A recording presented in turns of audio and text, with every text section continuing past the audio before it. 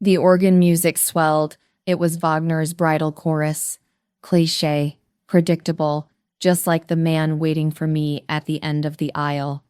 My father squeezed my arm. His grip was tight, too tight. He was nervous, not for me, but for the merger. That's what this was to him, not a wedding, a business transaction disguised in white silk and imported lilies. The scent of the flowers was overpowering. It didn't smell like a celebration. It smelled like a funeral home. Thick, sweet, suffocating. "Ready, Hannah?" he whispered. He didn't look at me. He was looking at the guests. 400 of the city's elite packed into the cathedral. Senators, CEOs, tech moguls, the people whose approval he craved like oxygen. I didn't answer. I just stared at the heavy oak doors. They swung open. The light hit me first, then the faces. Hundreds of them, turning in unison. A sea of expensive suits and designer dresses. I saw the envy in the eyes of my cousins. I saw the calculated appraisal in the eyes of my father's business rivals. They were estimating the cost of my dress, the Vera Wang custom, the diamonds around my neck. They saw a lucky girl, a princess, securing her crown. They had no idea. I took the first step. My legs felt heavy, like I was wading through concrete, but I kept my face blank. The porcelain doll, that's what Mark's mother called me. Hannah is so quiet, so obedient. A perfect porcelain doll. I locked eyes with Mark. He was standing at the altar. He looked like the picture of perfection. Tailored tuxedo, perfectly coiffed hair, that dazzling, winning smile that had charmed half the women in Boston. He dabbed a bead of sweat from his forehead with a monogrammed handkerchief. He looked nervous. Good. He should be.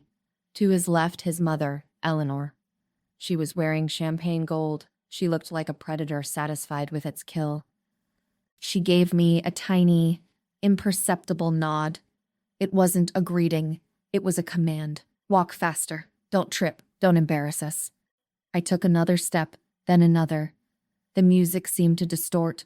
The smiling faces of the guests started to blur. All I could hear was the blood rushing in my ears. Thump, thump, bump. I saw Jessica standing in the second row, our wedding planner, the woman who had spent the last 6 months practically living in our apartment, helping me pick colors. Tasting cakes with us, she was wearing a red dress. Who wears red to a wedding? She caught my eye and smirked. A quick, predatory flash of teeth. Then she looked at Mark. The connection between them was electric. Invisible to everyone else, but blindingly obvious to me. Now that I knew where to look, I reached the altar. My father handed me off to Mark. Mark's hand was clammy. His palm was wet. He squeezed my fingers. It was a warning squeeze. Smile, Hannah. The cameras are rolling. We turned to face the priest, Father O'Malley, a kind old man who had known me since I was a child. He began the liturgy. Words about love, about sacrifice, about two souls becoming one. I felt bile rising in my throat. I swallowed it down. I looked at the congregation. My mother was dabbing her eyes. She thought these were tears of joy. She thought she had succeeded. She had married off her timid daughter to the golden boy. She had secured the family legacy. Mark shifted his weight. He was restless. He wanted this over. He wanted the ring on my finger. He wanted the access to my trust fund that came with the marriage certificate. He wanted to sign the papers and get back to his meetings with Jessica. Do you, Mark Anthony Sterling, take this woman? Mark interrupted the priest with his eagerness. I do, a few guests chuckled. Look how much he loves her, they thought. He can't wait. Eleanor beamed from the front row. And do you, Hannah Kim? Father O'Malley turned to me. His eyes were warm, expectant. Take this man to be your lawfully wedded husband, to have and to hold from this day forward, for better, for worse, for richer, for poorer, in sickness and in health, to love and to cherish until death do you part. The silence stretched. 1 second, 2 seconds, 3 seconds. The organist hovered his hands over the keys, ready for the recessional. Mark turned to me, his smile straining at the edges. His eyes widened slightly. Say it, his eyes screamed. Say the damn words. I let go of his hand. A ripple of whispers went through the pews. I reached into the hidden pocket of my dress. My seamstress had been confused when I asked for it. A pocket in a wedding gown? But it will ruin the line, I insisted. Now I pulled out my phone. Mark's face dropped. Hannah, what are you doing? Put that away. His voice was a harsh whisper. I didn't look at him. I turned to the microphone stand that was set up for the readings. I walked over to it. The train of my dress dragged across the marble floor with a sound like a serpent hissing. Hannah, my father hissed from the front row. Sit down. I tapped the microphone. Thump, thump. It was live. I looked out at the 400 faces. The confusion was delicious. They were frozen, confused. Was this part of the ceremony? Was I going to sing a song? I'm sorry, Father, I said. My voice was steady, strong, not the voice of the porcelain doll. I can't answer that question yet. Hannah, stop this right now. Elena stood up. Her champagne dress rustled aggressively. You are having a panic attack. Sit down. No, Elena, I'm actually seeing clearly for the first time in years. I held my phone up to the microphone. My thumb hovered over the screen. Mark, I said, turning to him. He was pale now, ghostly white. He knew, deep down, he knew. You promised to love me for richer or for poorer.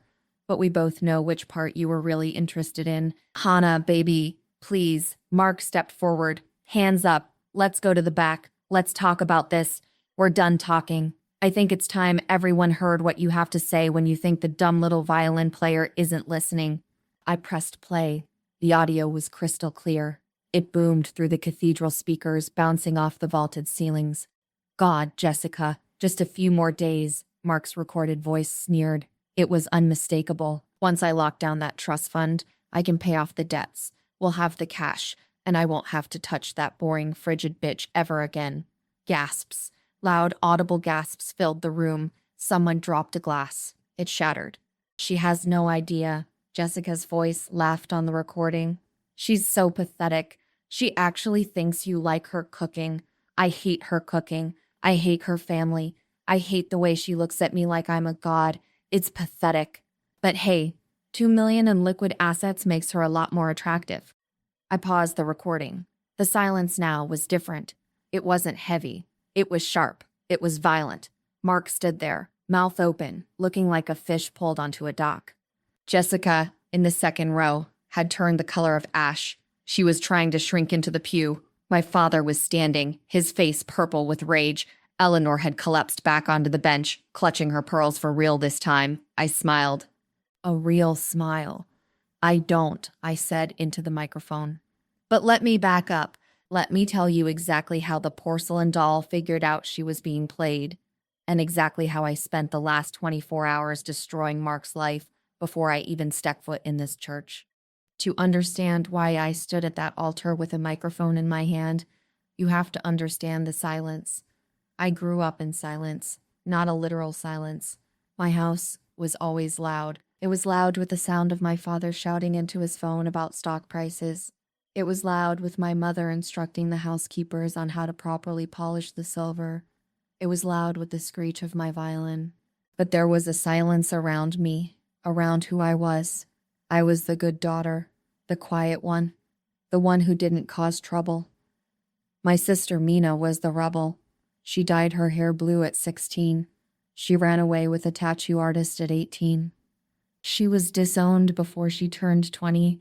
My parents erased her from the family photos. Just like that, gone. I learned the lesson, be perfect or be deleted. So I became perfect. I studied hard. I got straight A's. I went to the conservatory. I practiced violin 6 hours a day until the calluses on my fingers. Other girls in silk dresses fighting for the first chair in the orchestra. I was 24 when I met Mark. It was at the Sterling Foundation Gala, a charity event for ocean conservation, or maybe it was literacy. It didn't matter. It was just an excuse for the 1% to drink tax-deductible champagne and pat themselves on the back. I was standing near the ice sculpture. It was melting, dripping onto the table.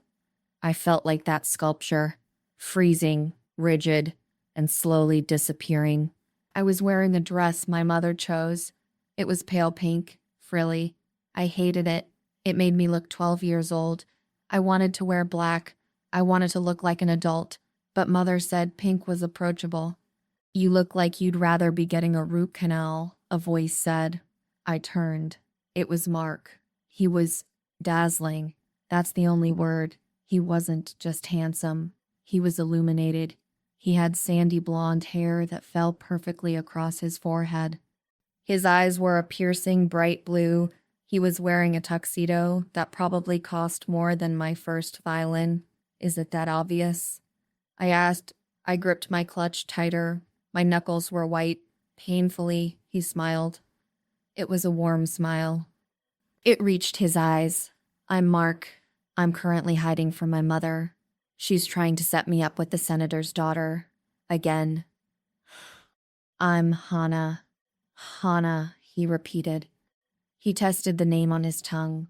Like the flower? Yes. It suits you. He didn't look at my chest. He didn't look at my legs. He looked at my eyes. He looked at me. We talked for 2 hours. He asked how it felt to play. He asked about the difference between Bach and Vivaldi. He listened. He really listened. He told me about his business. He was a venture capitalist. He invested in green energy, tech startups, the future. He sounded passionate. He sounded like he wanted to save the world. My family, they're intense, he admitted, swirling his drink. Old money, old expectations. They want me to be a shark, but I want to build things, not just buy them. I felt a spark, a connection. We were both prisoners of our pedigrees. We were both acting a part. My father found us eventually. I saw his face light up when he saw who I was talking to. Mark Sterling, the heir to the Sterling real estate empire. Mark, my father boomed. He clapped Mark on the shoulder. I see you've met my Hannah. She's charming, sir, Mark said. He took my hand. He kissed it. Old-fashioned, smooth. You've been hiding her from us, my father beamed. He looked at me with something new in his eyes. Value. I wasn't just a daughter anymore. I was bait. The courtship was a whirlwind. It was designed to sweep me off my feet so I wouldn't look down and see the cliff. Mark was perfect. Too perfect. He sent flowers to the conservatory every day. Not red roses. Those were cliché. He sent orchids. Rare, white orchids. Because you're rare, the note said. He took me to the opera. We sat in a private box. He held my hands during the bohème. He cried at the end. I saw a tear roll down his cheek. I thought, this man has a soul. My parents were ecstatic. For the first time in my life, I was the favorite child. My mother stopped criticizing my hair. My father stopped asking why I wasn't a doctor. They invited Mark to dinner 3 times a week. They talked about synergy and market overlap. I ignored it. I ignored the business talk. I was just happy to be seen, to be wanted. But there were signs, tiny cracks in the porcelain. 3 months in, we were getting ready for a date. I put on a red dress. It was bold. It was fitted. I felt sexy in it. Mark arrived. He looked at me. His smile faltered. Just for a fraction of a second, a micro-expression of disgust. Then it was gone, replaced by a patronizing concern. You look beautiful, Hannah, he said. He walked over and smoothed my hair. But, is that appropriate for the venue? We're going to a jazz club, I said. It's a bit loud, he said softly. A bit desperate. You don't need to try so hard, baby. You're classy. That dress is for girls who need attention. You don't need attention. You have me. He went to my closet. He pulled out a navy blue dress. High neck. Long sleeves. Conservative. Wear this, he said. This brings out your eyes. This looks like my Hannah. I changed. I took off the red dress. I felt foolish. I felt cheap. He was right, I told myself. He knows better. He's looking out for me. I wore the blue dress. He kissed my forehead. Perfect, he said. I didn't realize it then. He wasn't dressing a girlfriend. He was dressing a prop. 6 months in, the proposal happened.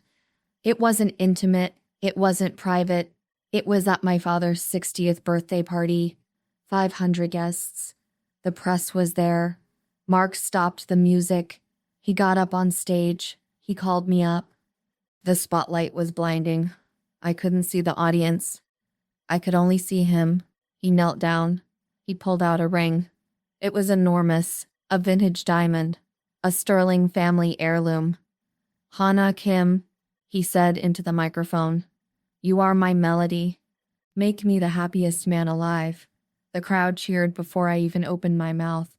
They were clapping, chanting, say yes, say yes. I looked at my parents. My father was nodding. My mother was crying. I looked at Mark. His eyes were intense, expectant. There was no question in his eyes. Only a demand. Yes, I whispered. He slipped the ring on my finger. It was heavy. It felt cold. It was slightly too loose. It spun around my finger. She said yes, Mark shouted. The cameras flashed. I was blinded again. I smiled. I posed. I played the part. That night, everything changed. The mask slipped, just a little. We were in the car, driving back to his penthouse. The adrenaline was fading. That went well, Mark said. He was scrolling through his phone, checking the stock prices, checking the social media mentions. It was big, I said quietly. I thought we talked about something private, he sighed. A loud, exaggerated sigh. He put the phone down. Hannah, don't be ungrateful. Do you know how much that ring is worth? Do you know what this does for our families? I know, I said. I felt like a show pony. He laughed. It wasn't a nice laugh. It was dry. We are show ponies, Hannah. That's the life. If you want a private life, go marry a plumber. You're marrying a Sterling. You need to grow up. He saw the hurt on my face. He immediately switched tracks. The charm came back. He reached over and stroked my cheek. I'm sorry, he cooed. I'm just stressed. I want to give you the world, baby. Sometimes I just get overwhelmed trying to make everything perfect for you. Forgive me. I forgive you, I said. I always forgave him. The wedding planning started the next day, or rather, the wedding takeover. Enter Eleanor Sterling, Mark's mother. She didn't ask me what I wanted. She told me. Roses, she said. White roses. Thousands of them. I prefer lilies, I said timidly. Lilies are for funerals, she snapped. We will have roses, and the venue is the cathedral. We've already booked it. I wanted an outdoor wedding. I tried again. It will rain, she said. Don't be stupid.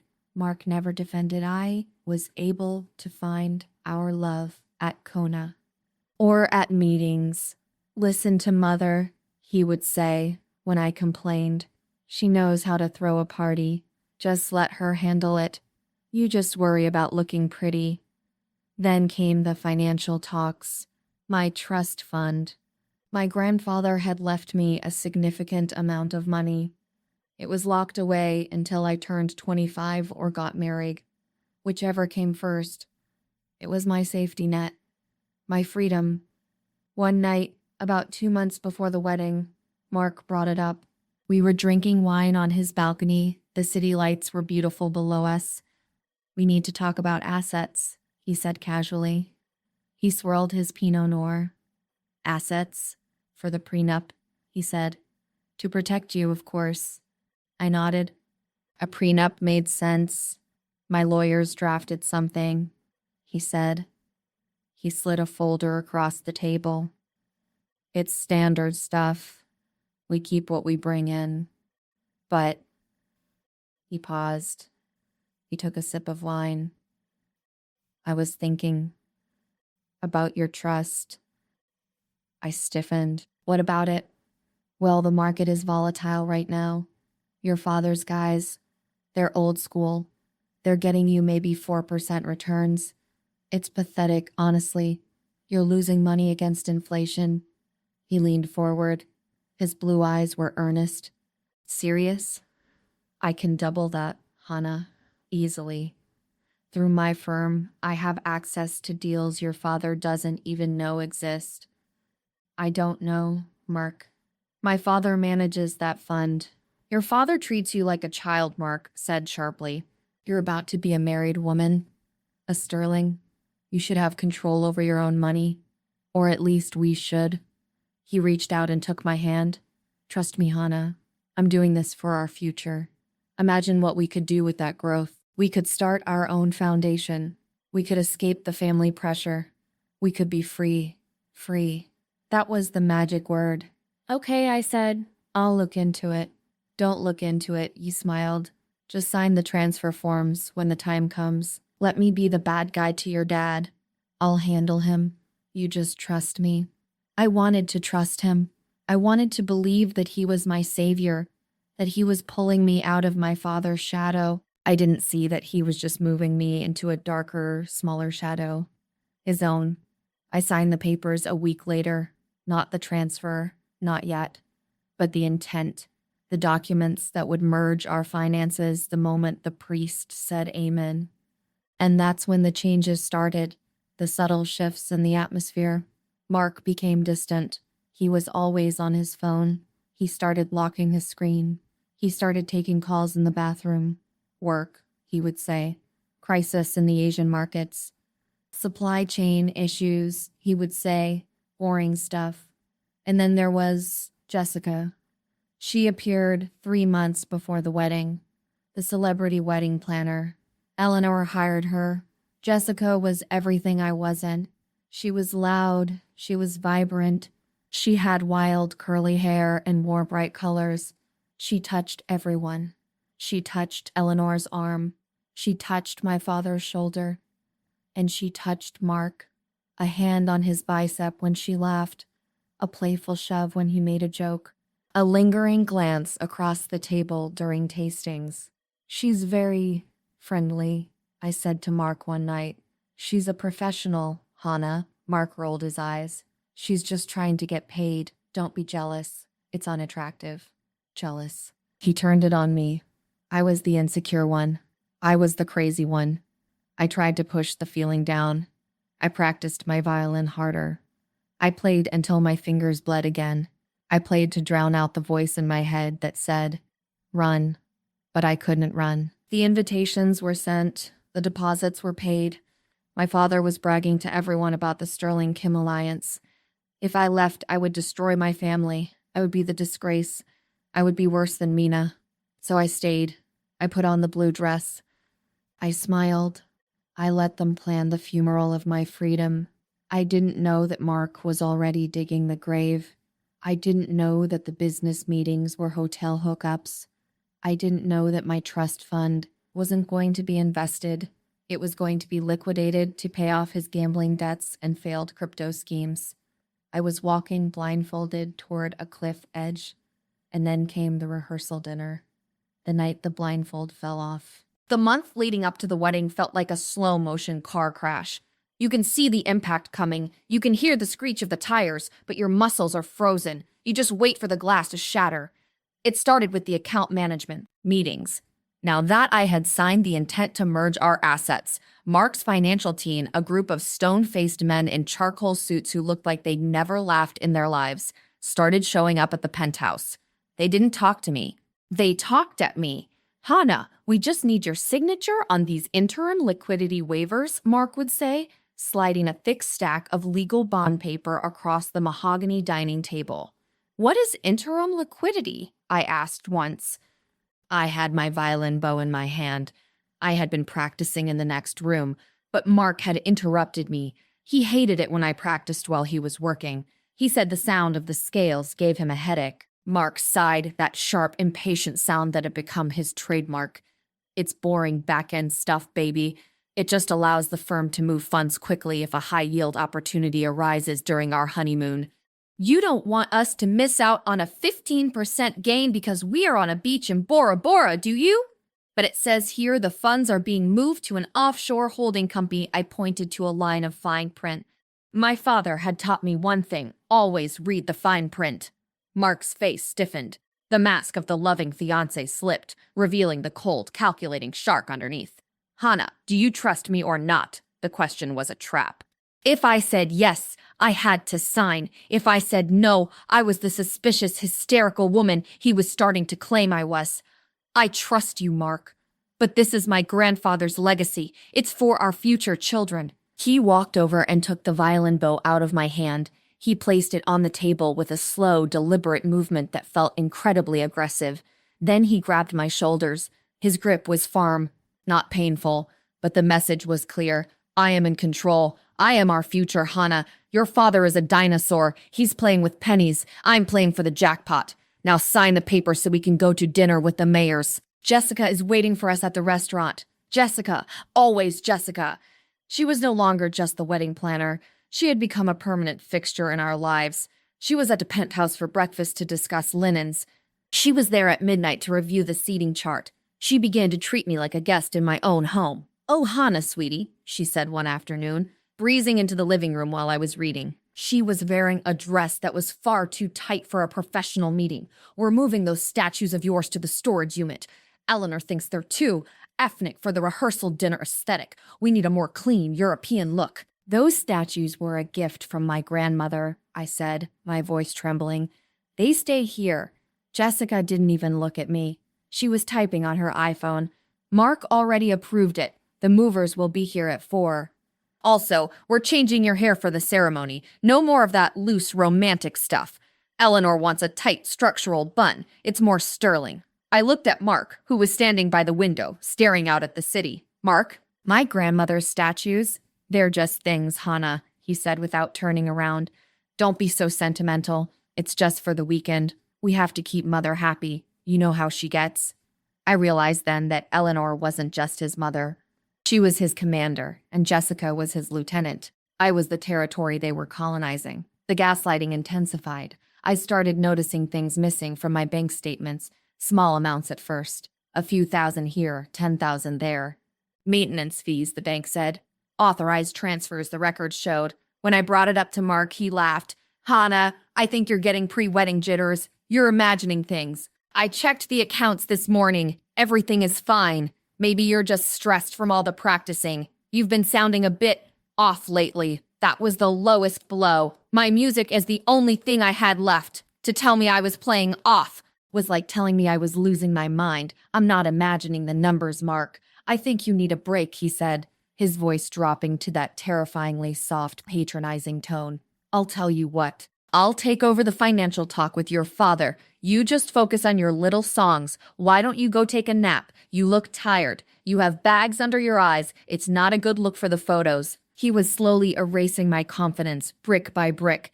He wanted me weak. He wanted me to doubt my own eyes, my own ears, my own talent. And then there was the physical distance. Mark stopped touching me, unless we were in public. In front of the cameras at the Save the Arts Gala, he was the perfect gentleman. He kept his arm around my waist. He kissed my temple. He whispered jokes in my ear that made me laugh for the photographers. But the moment we were in the back of the limousine, he would pull away. He would sit as far from me as possible, staring at his phone, his face twisted in a scowl. "Is everything okay, Mark?" I asked one night on the way home. "I'm working, Hannah." "Christ, can't I have a moment of peace? Not everything is about you." But it was about Jessica.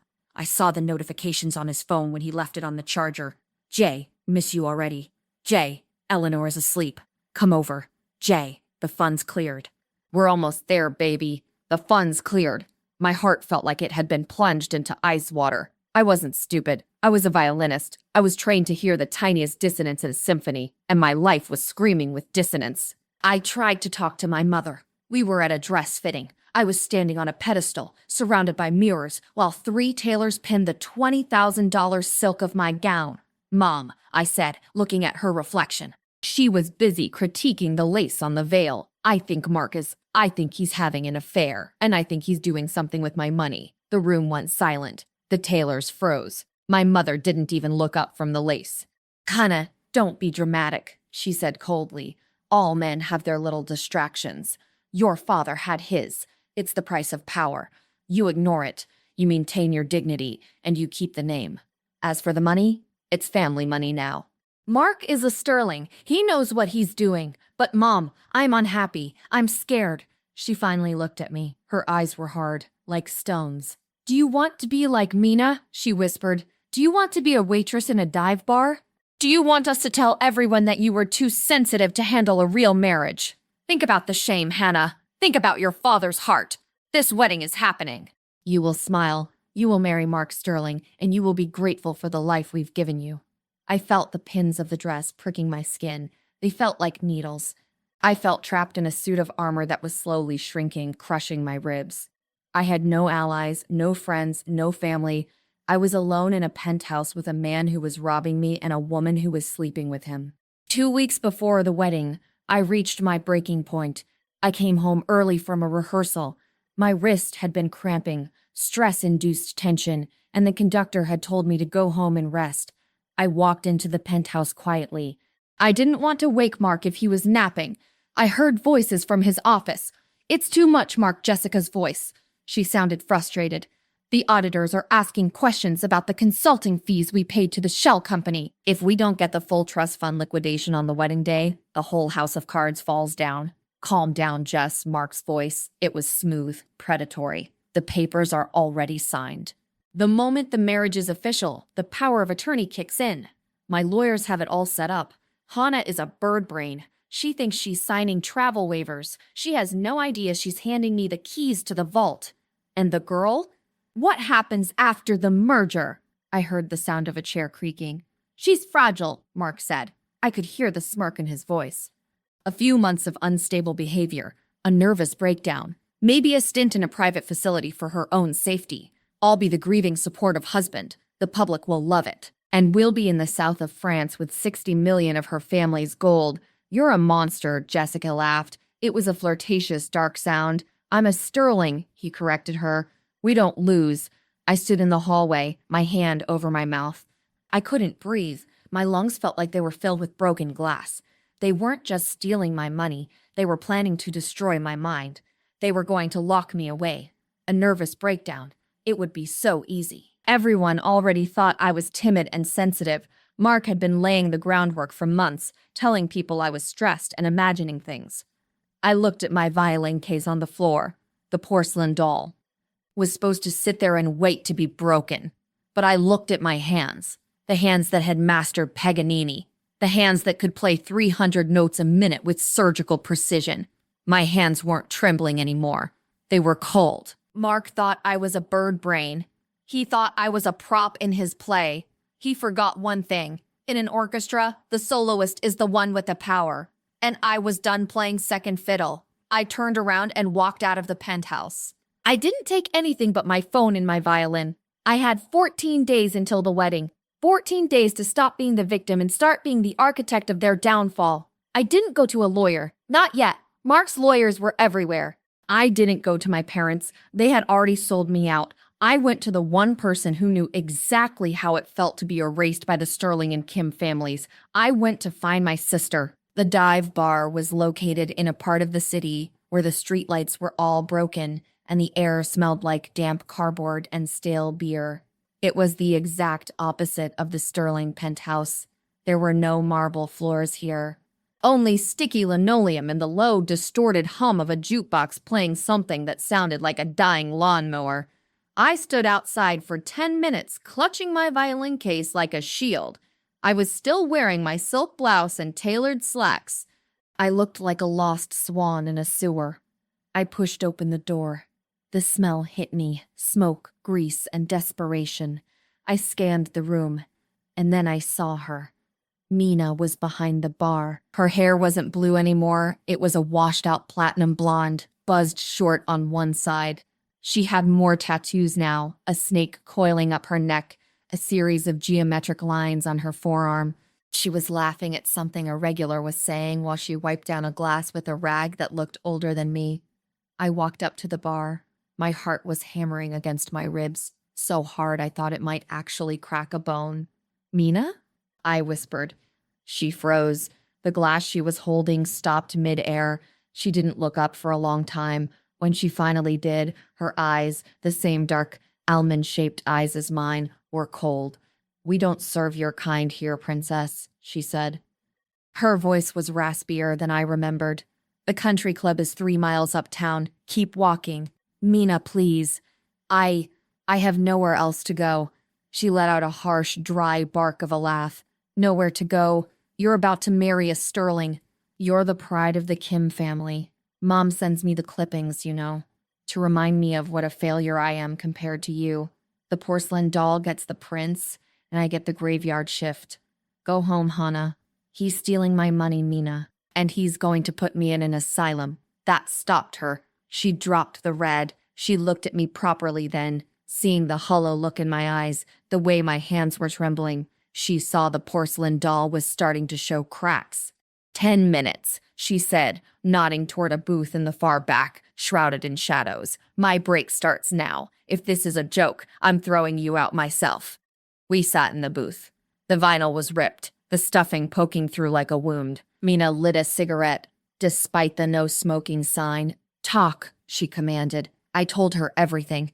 I told her about the interim liquidity waivers. I told her about the whispers in the office. I told her about the nervous breakdown plan. I told her about Jessica and the red dress and the way my mother looked right through me when I begged for help. As I spoke, the coldness in Mina's eyes began to melt, replaced by something much more dangerous, a white-hot, familiar rage. "Those bastards," she hissed, exhaling a cloud of blue smoke. "They're doing it again. They're erasing you, Hannah, just like they erased me. They didn't disown me because I was a rebel. They disowned me because I saw through Dad's merger with the textile company 5 years ago. I found out he was cutting corners on safety, and when I threatened to talk, they made me the crazy addict daughter. They neutralized me. Now, they're using Mark to neutralize you." "But why Mark?" I asked. "The Sterlings are richer than us." Mina leaned forward, the flickering neon light from the window casting long, jagged shadows across her face. "Are they? Think about it, Hannah. Why is a Sterling heir so desperate for a violinist trust fund? Why is Eleanor Sterling personally micromanaging a wedding for a girl she clearly despises?" She pulled out a rugged-looking laptop from behind the bar and flipped it open. "I've spent the last 3 years working as a legal researcher for a private investigator," Mina said, her fingers flying across the keys. "I'm a glorified hacker, Hannah. I spend my nights digging through the dirt that people like our father try to bury. Let's look at Mark Anthony Sterling." She turned the screen toward me. It was a dizzying array of spreadsheets, court filings, and redacted bank documents. "Mark isn't a venture capitalist," Mina said, pointing to a series of losses. "He's a ghost. His green energy firm is a shell. He lost 80% of his inheritance 3 years ago on a high-stakes crypto lending platform that collapsed. The Sterlings aren't old money anymore. They're old debt. They're living on credit and the Sterling name.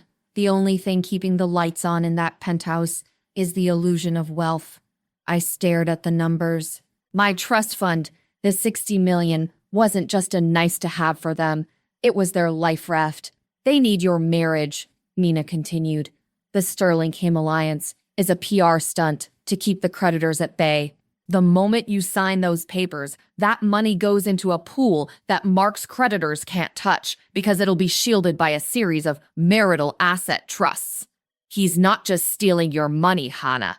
He's using you as a human shield against bankruptcy. And the asylum." My voice was barely a whisper. "If you're mentally incompetent, you can't sue for divorce," Mina said matter-of-factly. "You can't challenge the transfers. He becomes your legal guardian. He gets the money, and he gets to keep you locked in a room where you can't tell anyone the truth. It's the perfect crime." I felt a wave of nausea. I looked at my hands. These hands were supposed to play Mozart. Now, they were stained with the knowledge of a conspiracy so vast it felt like the walls of the bar were closing in on me. "I have to go to the police," I said, standing up. Mina grabbed my wrist. Her grip was like iron. No. You go to the police, and Mark's lawyers, who are paid for with your family's money, by the way, will have you committed before you finish your statement. They have the judges in their pockets. They have the doctors on retainer. You play by their rules, you lose. Then what do? I cried, tears finally breaking through. I have nothing. No one. Mina stood up and pulled me into a hug. She smelled like tobacco and cheap perfume, but she felt like the only solid thing in a world made of smoke. You have me, she whispered, and you have the one thing they don't think you have. You have the ability to perform. She pulled back, holding me at arm's length. For the next 14 days, you are going to be the best porcelain doll they've ever seen. You are going to be the timid, subservient, bird-brained girl they want. You are going to smile at Jessica. You are going to kiss Mark. You are going to sign whatever travel waivers they put in front of you. Why? Because Mina's smile was terrifying. We're going to swap those documents. I have a friend who specializes in alternative paperwork. You're going to sign papers that look like trust transfers but are actually ironclad confessions of debt and power of attorney revocations. And while you're playing the part of the happy bride, I'm going to be the ghost in their machines. She went back behind the bar and pulled out a small black device. It looked like a flash drive. This is a keylogger and a remote access Trojan, she said. You need to plug this into Mark's laptop in his office. Can you do that? I thought of Mark's face when he told Jessica I was a bird brain. I thought of his hand taking my violin bow away. Yes, I said. My voice was no longer trembling. It was flat. Good. Once I'm in, I can mirror his phone. I can record his calls. I can see every text he sends to that wedding planning snake. We won't just have suspicions, Hannah. We'll have a symphony of evidence. And then, we go to the press? No, Mina said, her eyes gleaming with a dark, predatory light. We wait for the biggest stage of all, the wedding. You're a soloist, right? You like the spotlight. Well, we're going to give you the performance of a lifetime. We're going to let them invite the 400 most powerful people in the city. We're going to let them spend $1 million on flowers and champagne, and then, at the moment they think they've won, we're going to burn their world down in front of everyone. I looked at the device in my hand. It was small, cold, and heavy. For years, I had been told that my value was in my beauty, my obedience, and my silence. I had been taught to be the perfect accompaniment to someone else's melody. But as I stood in that dark bar with my sister, I realized that a violin can be two things. It can be a delicate instrument of beauty, or, if you snap the wood and sharpen the edges, it can be a weapon. I want to destroy him, Mina, I said. I want to destroy all of them. Even my parents. Mina reached over the bar and squeezed my hand. That's my girl. Welcome back to the family, Hannah. Now, go home, put on your pink dress, and start practicing your part. I walked out of the bar. The night air was still cold, but I didn't feel it. I felt a strange, icy calm spreading through my veins. I went back to the penthouse. I let the doorman bow to me. I let the elevator whisk me up to the heights of the Sterling Empire. Mark was in the living room, a glass of scotch in his hand, watching a news report about the market. Where have you been? He asked, not looking at me. Jessica was looking for you. Something about the veil length. I was just walking, I said, my voice soft and airy. I needed to think about my vows. He finally looked at me, a smirk playing on his lips. Vows, right. Make sure they're short, Hannah. People want to get to the bar. I'll make sure they're memorable, Mark, I said, smiling at him. I promise. I walked past him toward the bedroom, my violin case in hand. As I passed his office, I felt the wake of the flash drive in my pocket. The porcelain doll was back, but inside, the glass was already broken, and the shards were razor sharp. The countdown had begun. The next 10 days were a masterclass in psychological warfare. I lived two lives. In one, I was the blushing bride-to-be, nodding submissively while Eleanor argued with the florist about whether the sterling white roses were too cream-colored. In the other, I was a ghost haunting the corridors of my own prison, gathering the stones I would soon use to shatter it. Mark became bolder in his arrogance. He truly believed he had won. He started taking my phone. He started taking business calls in front of me, speaking in coded financial jargon that he assumed I was too stupid to understand. The H project is on track for the 24th, he told someone one evening, pacing the balcony. The liquidation trigger is the marriage certificate. Once the registrar signs, the bridge loan to the Caymans is cleared. Yeah, she's fine. She's busy practicing for her big solo. It's keeping her quiet. I sat on the sofa, my violin in my lap, slowly rawsoning my bow. Stroke, stroke, stroke. Each movement was rhythmic, meditative. I looked like a girl lost in her music. In reality, I was recording every word with a high-gain microphone Mina had hidden inside my violin case. The hardest part was the physical proximity. Mark would come home, smelling of Jessica's perfume, a cloying, expensive scent called Midnight Jasmine, and try to kiss me. I had to let him. I had to force my muscles to stay limp, to not recoil in disgust when his hands touched my waist. "You're so tense, Hannah," he whispered one night, his breath hot against my neck. "Still nervous? Don't worry. After the wedding, everything changes. You won't have to worry about a thing ever again." "'Cause I'll be locked in a sanitarium," I thought. I smiled into the mirror. "I know, Mark. I'm just focusing on being the perfect wife for you. Good girl." He patted my cheek, like I was a golden retriever that had successfully fetched a ball. The opportunity to use Mina's device came on the Saturday before the wedding. Mark and Eleanor had gone to a private club for a pre-wedding celebration with their board members. Jessica was supposed to be at the cathedral overseeing the altar construction. I was alone. I moved fast. My heart was a drum in my chest, a frantic allegro that I struggled to control. I slipped into Mark's office. It was a masculine room, heavy mahogany, leather-bound books he never read, and a massive glass desk. I reached for his laptop. It was password protected, but Mina had anticipated this. The sterling ego is predictable, she had told me. Try his birthday, his mother's birthday, or the date of his first million. None of those worked. I felt a cold sweat prickling my hairline. I tried one more. Sterling 1. The desktop opened.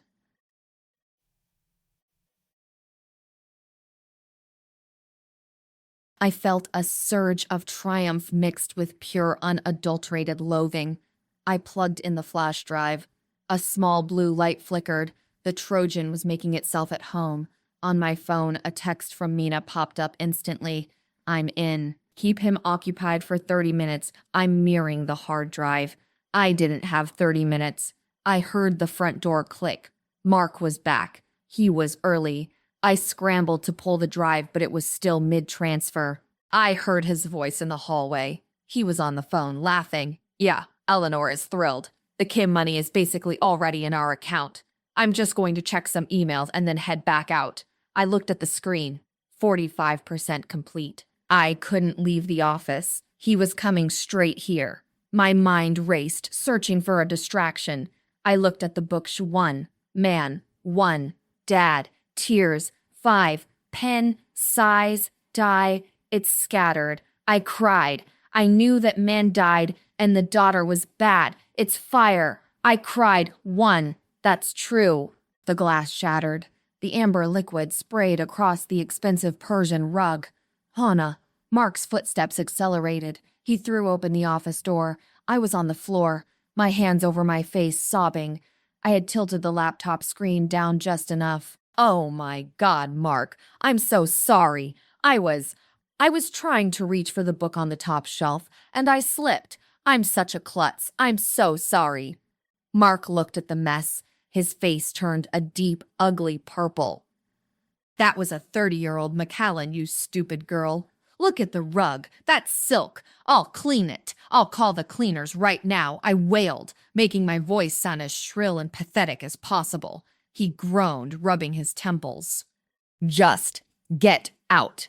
Go to the kitchen and get the towels. God, I can't wait until I don't have to deal with your incompetence every day." As I scrambled past him, pretending to be humiliated, I reached out and snagged the flash drive from the USB port. He didn't even notice. He was too busy looking at his ruined rug.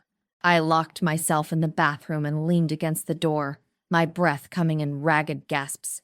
I looked at the drive. Complete. That night, Mina sent me the first batch of files.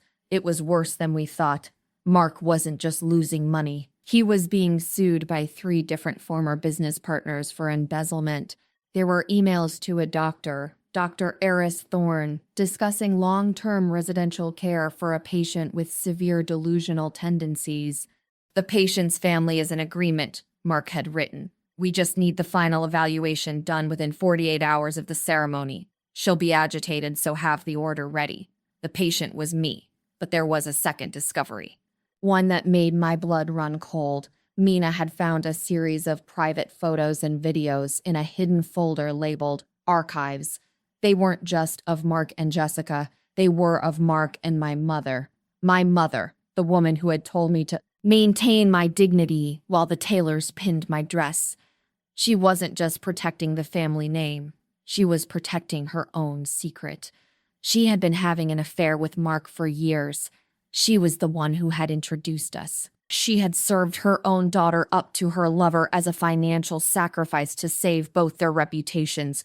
The betrayal was so deep it felt like a physical wound. I sat in the dark of my bedroom, the blue light of the phone illuminating my face, and I didn't cry. The time for tears was over. I felt a strange, terrifying sense of clarity. I wasn't just fighting for my money anymore. I wasn't just fighting for my freedom. I was fighting for the sheer righteous pleasure of burning it all down. The next day was the final dress rehearsal. Jessica was there, bossing the bridesmaids around. My mother was there, looking elegant in her Chanel suit, smiling that fake, polished smile. "You look a bit pale, darling," my mother said, soothing the lace on my shoulder. Her touch felt like a snake crawling over my skin. "Are you getting enough sleep?" "I'm just excited, Mother," I said, meeting her eyes in the mirror. "I'm so glad you're here to see this. I don't think I could have done any of this without you." She smiled, a genuine flicker of pride in her eyes. She thought I was still her little puppet. She thought the merger was going perfectly. "You've done well, Hannah. You've finally become the woman I wanted you to be. You have no idea," I thought. Mina and I had finalized the alternative paperwork. The travel waivers Mark wanted me to sign at the altar, the ones that would give him power of attorney, had been perfectly replicated by Mina's contact. The front page was identical. The signature lines were identical. But the middle pages? They were a different story. Instead of granting him power over my trust, the new documents were a confession of judgment. By signing them, Mark would be legally admitting to the fraud, the embezzlement, and the theft of funds. Furthermore, the documents included a clause that triggered an immediate public audit of the Sterling and Kim family offices, backed by the evidence Mina had pulled from his drive. All I had to do was get him to sign. And Mark, in his infinite vanity, would sign anything I put in front of him if he thought it was my surrender. The night before the wedding, I did one last thing. I went to the cathedral alone. I told the security guards I needed to pray and practice my solo. They let me in. I walked up to the altar. The space was transformed. It was a forest of white roses. The scent was nauseating. It smelled like a cage. I looked at the soundboard at the back of the room. I looked at the large projection screens they had installed for the tribute video Eleanor had commissioned, a montage of my and Mark's love story. I pulled a small wireless transmitter from my pocket, another gift from Mina. I plugged it into the main feed. "Can you hear me?" I whispered into my earpiece. Loud and clear, Mina's voice crackled in my ear. She was sitting in a van 3 blocks away, her fingers already on the triggers. "The system is hijacked. The moment you give the signal, the tribute video gets a very interesting update." "Good." I looked up at the crucifix hanging above the altar. "Forgive me, Father," I whispered, "but I'm about to turn this wedding into a massacre." I walked out of the cathedral. I felt light. I felt powerful. I went back to the penthouse and slept for 8 hours. It was the best sleep I'd had in years. When I woke up on my wedding day, the sun was shining, the birds were singing. It was a beautiful day for a tragedy. I let the hairstylist pull my hair into the tight sterling bun. I let the makeup artist paint my face into the porcelain doll mask. I put on the $20,000 dress that felt like a shroud. I looked at myself in the mirror. Hana Kim was gone. The girl who played the violin and hoped for love was dead. The woman standing in the mirror was a predator. "Ready, Hana?" my father asked, knocking on the door. He was wearing his tuxedo, looking every bit the proud patriarch. "Ready, Dad," I said, picking up my violin case. "Let's go make some history." The drive to the church was silent. My father was checking his watch, worried about the schedule. My mother was sitting in the front, checking her lipstick. Neither of them looked at me. We arrived. The crowds were there. The cameras were there. I stepped out of the car. The flashbulbs were like lightning. I took a deep breath. The performance was about to begin. The doors of the cathedral opened, and the air seemed to suck out of the room.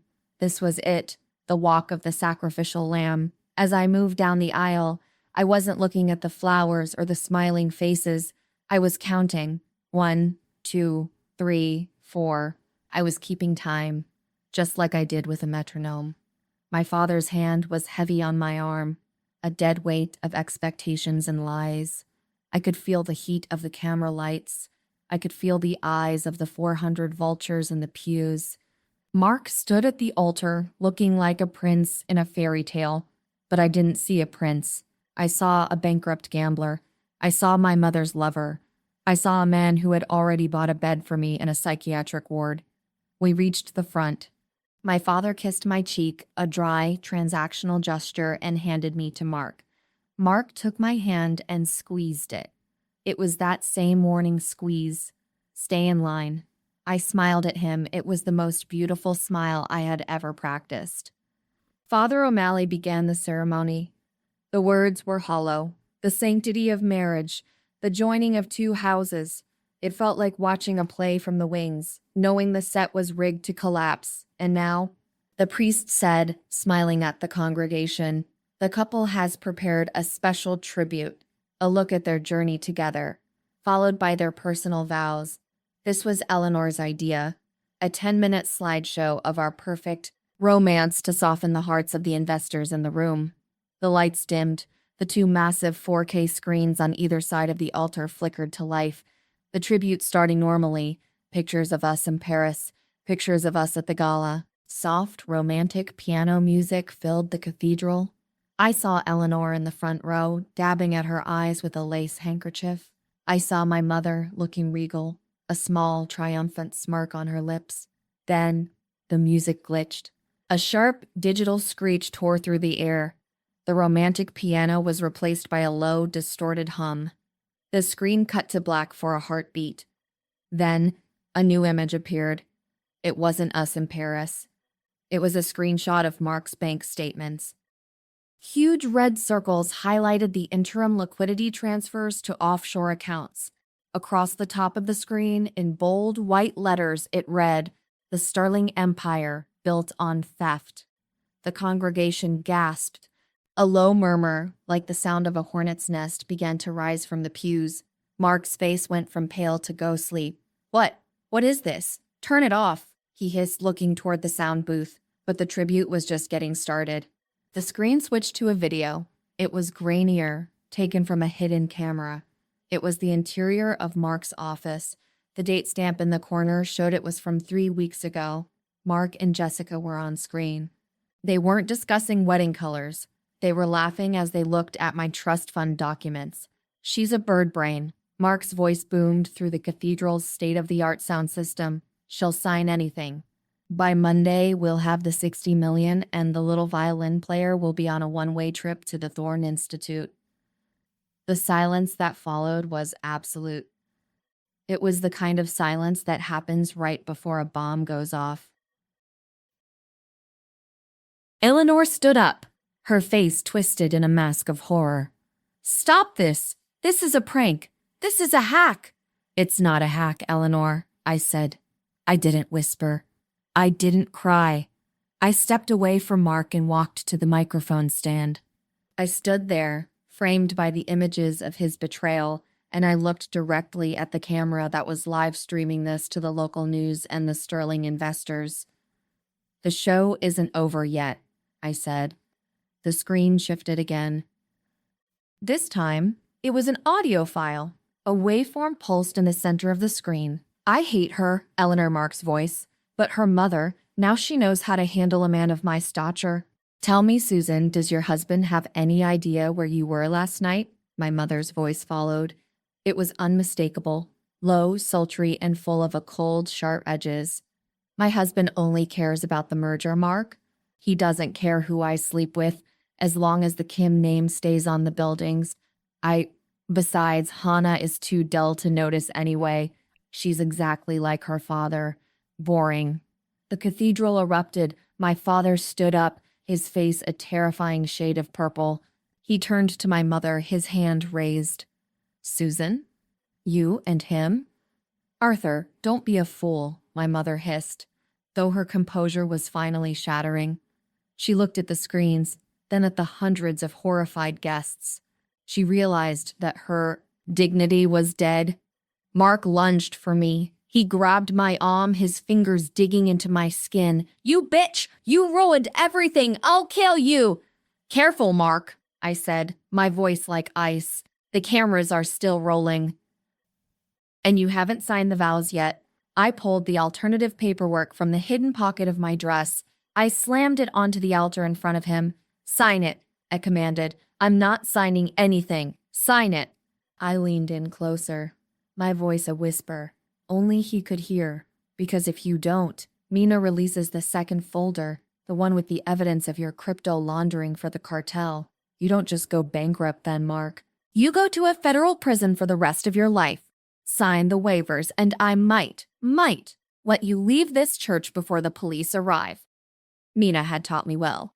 It was a bluff. We had already sent the cartel evidence to the FBI, but Mark didn't know that. He was a coward, and cowards always try to save themselves. He looked at the document. He saw the title, Marital Asset and Trust Management Waiver.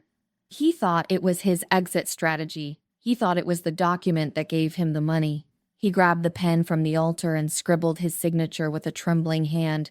I took the paper back. I looked at it. His signature was right there, next to the clause that confessed to all his financial crimes. "Thank you, Mark," I said. I turned back to the microphone. "For those of you who were wondering," I addressed the crowd, I do not take this man. I do not take this family. And I do not take this life." I looked at my father and Dad. "The Sterling Kim merger is off. I've already moved my trust fund to a private account you can't touch.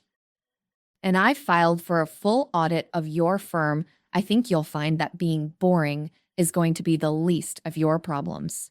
I picked up my violin case. Mark was screaming. Eleanor was fainted.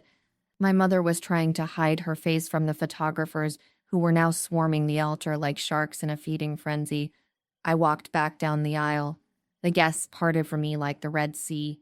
Some looked at me with terror, some with respect. Most were just frantically texting, their thumbs moving at the speed of light as they shared the downfall of the decade.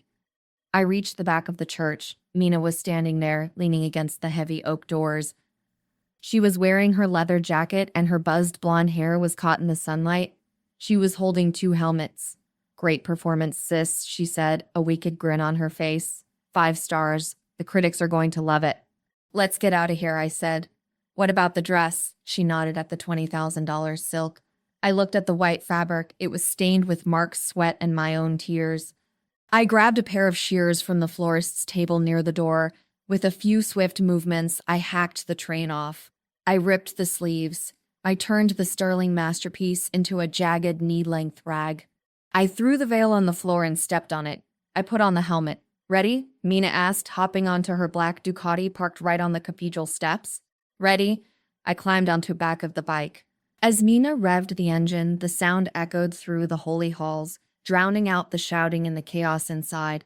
We roared down the steps, past the limousines, past the reporters, and into the city. The wind hit my face. For the first time in 26 years, I could breathe. The air didn't smell like lilies or expensive perfume. It smelled like exhaust, like rain, like freedom. Behind us, the cathedral was a crime scene. In front of us, the road was wide open. I reached into my pocket and felt the signed confession. It was the only wedding present I ever wanted. The porcelain doll hadn't just broken, she had exploded, and the world was never going to be the same. The dust didn't just settle after that day, it hardened into a tomb for the Sterling and Kim legacies. Within 48 hours, the wedding massacre, as the tabloids quickly dubbed it, was the most watched clip on the internet. But while the public was busy dissecting the grainy video of my mother's betrayal and Mark's pathetic meltdown, the real work was happening in the quiet backrooms of law firms and federal offices. Mina and I didn't stay in the city to watch the fallout. We drove straight to a small cabin in Maine that she had rented under a false name months ago. For the first week, I did nothing but sleep. I slept for 12,014 hours at a time, shedding the exhaustion of 26 years of being perfect. When I finally truly woke up, I opened my laptop. The headlines were a symphony of destruction. Sterling Real Estate collapses under weight of fraud and scandal. Kim Ventures faces federal audit. CEO Arthur Kim silent. The billion-dollar affair, the destruction of 2 dynasties. Mark was the first to fall. The confession of judgment he had signed at the altar was a legal masterpiece. Because it was signed in front of 400 witnesses and a live-streamed camera, his lawyers couldn't argue duress without admitting he was a rational actor trying to cover up crimes.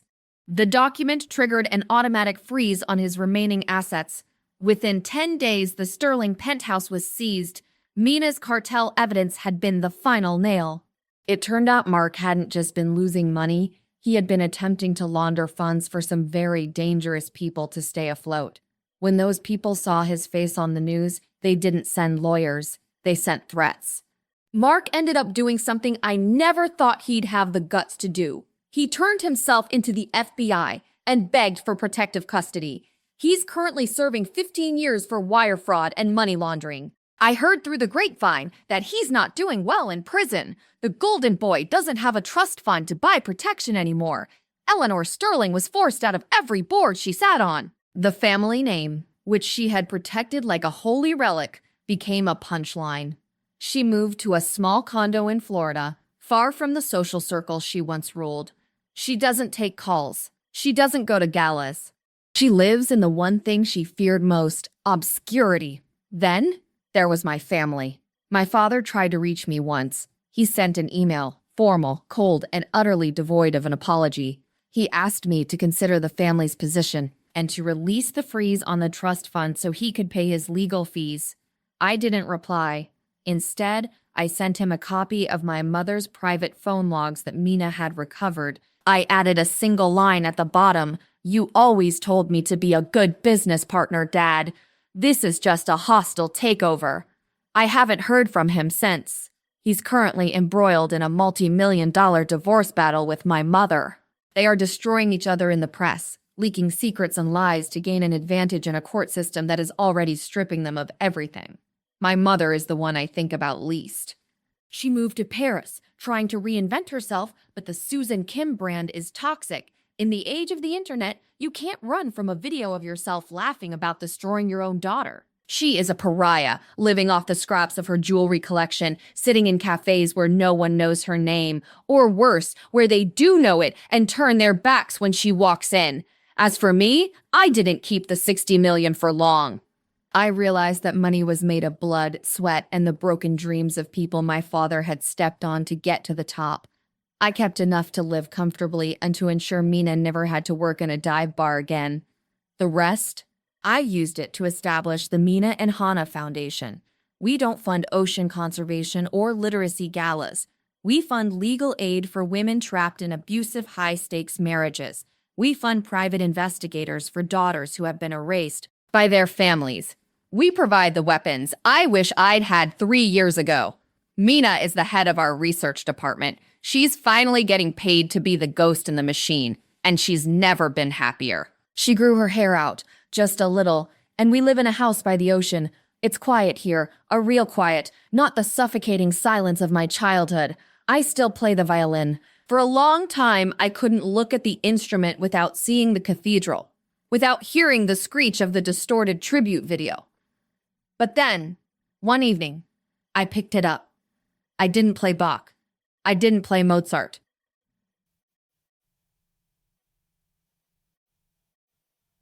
I didn't play for a chair in an orchestra or for my mother's approval.